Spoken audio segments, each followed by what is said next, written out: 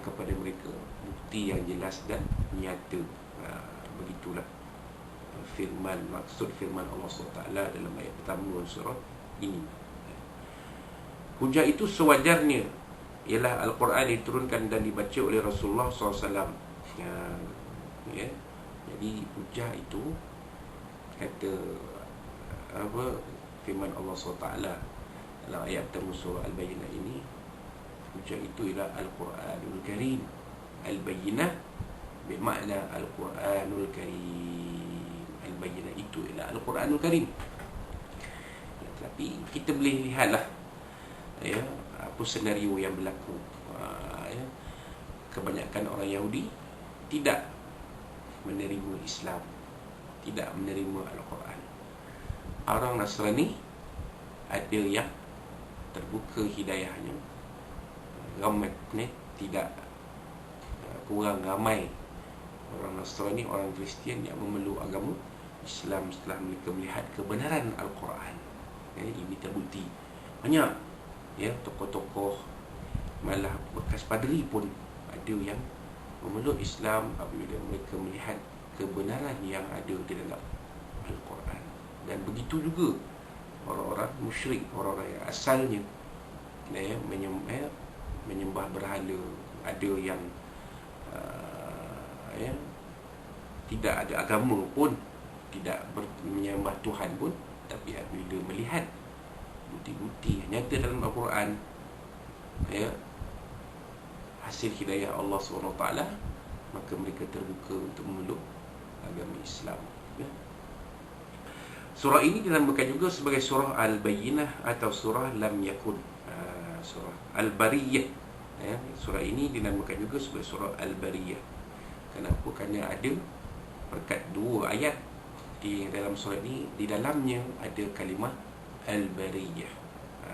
Al-Bariyah ini maknanya manusia, khairul bariyah, sebaik-baik manusia, syarrul bariyah, sejajar manusia. Itu tak lama dulu pernah kedengaran orang perempuan lah, nama ini syarrul bariyah.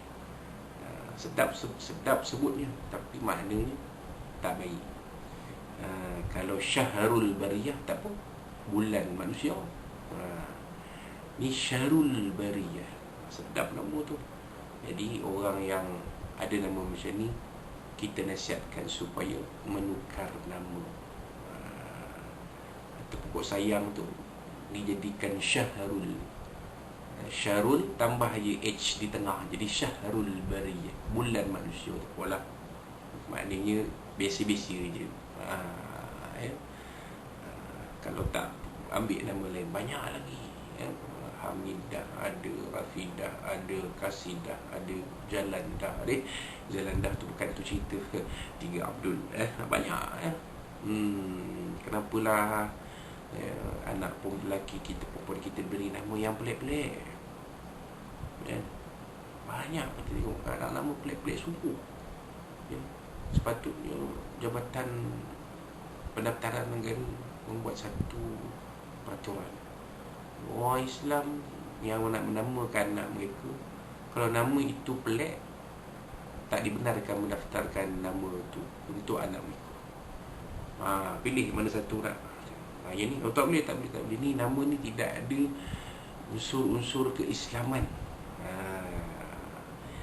Tidak ada unsur-unsur keislaman dalam nama ini. Jadi itu dia sepatutnya, supaya tidak berlaku, tidak berleluasa trend yang membimbangkan ini. Nak sedap sangat nama tu nama anak, nama tak baik, nanti dia akan memberi kesan kepada anak-anak itu sendiri.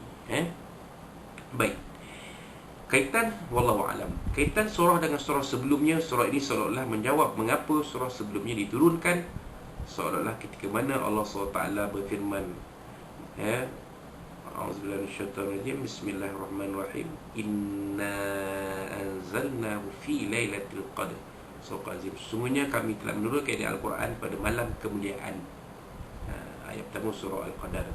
Ada yang bertanya kenapa diturunkan Al-Quran, maka jawapannya ialah Kerana maka jawapannya, kerana orang-orang kafir tidak mau melepaskan diri mereka dari kekufuran sehingga datangnya bukti dan hujah yang jelas ini Al-Quran. Yang seolah-olah menjadi motif yang melatari turunnya Al-Quran sebagaimana dinyatakan dalam surah Al-Qadar. Nampak? Walaupun surah Al-Qadar itu surah Makiyah, kita bincang sebelum ni, surah yang diturunkan sebelum Nabi SAW berhijrah ke kota Madinah. Maknanya ada satu time frame, satu jarak masa yang tertentu antara surah Al-Qadar dengan surah Al-Bayyinah. Tetapi oleh kerana penyusunan surah ini disebut oleh ulama-ulama ulumul Quran, penyusunan surah ini sebagai tauqifi,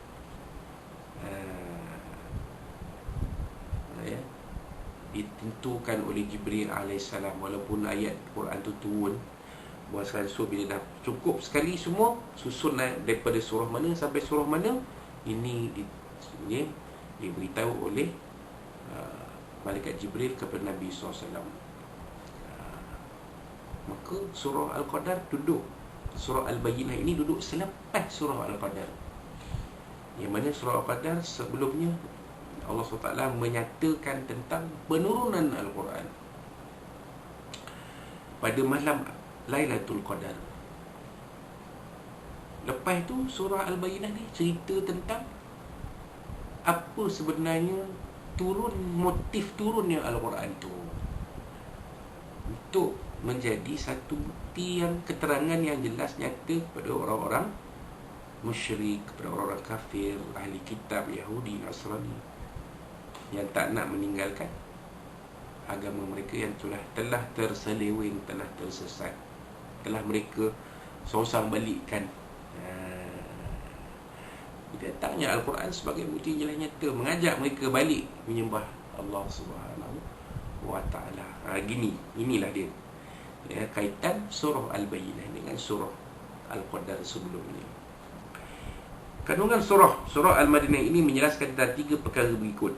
Pertama, menjelaskan tentang hubungan Ahlul Kitab, Yahudi dan Kristian dan orang-orang musyrikin dengan risalah Rasulullah sallallahu alaihi wasallam dan sikap mereka terhadap baginda, di samping perubahan sikap meninggalkan kekufuran kerana risalah baginda tersebut. Firman Allah SWT, mafhumnya ayat keempat, auzubillahi minasyaitonir rajim, innal ladzina kafaru. Itu dia tuan-tuan, dia menjelaskan yang pertama sekali, kerana surah ini menjelaskan hubungan antara ahli kitab, orang-orang musyrik dengan risalah Nabi SAW. Kenapa risalah Nabi SAW ini ditonjolkan di hadapan mereka? Tujuannya nak membawa mereka keluar dari kekufuran mereka itu. Contohnya seperti Yahudi, ajaran Yahudi yang sudah diseleweng-selewengkan oleh Rabbi mereka, penita-penita mereka, rahib-rahib mereka. Ajaran Nasrani, ajaran Nabi Isa AS yang telah pun diselewengkan oleh padri-padri Kristian, asalnya bertuhan kepada Allah, akhir-akhir jadi bertuhan kepada Tuhan yang 3 pula, ataupun konsep Trinity. 3 Tuhan itu, 3 dalam 1, 1 dalam 3. Ada Tuhan Bapa, ada Tuhan Anak. Tuhan Bapa tu Allah, Tuhan Anak tu Jesus Christ kata dia, dan Ruhul Qudus, Ruh yang suci, the Holy Spirit. Dia datangnya Al-Quran untuk membawa orang-orang Kristian ini keluar daripada akidah mereka yang tersesat itu, dan juga begitu juga orang-orang musyrik yang lain. Yang kedua, menetapkan matlamat utama beragama dan beriman ialah ikhlas dalam beribadah kepada Allah SWT. Firman Allah SWT mafhumnya, auzubillahi minasyaitonir rajim, wa ma umiru illa liya'budullaha mukhlishina lahuddin.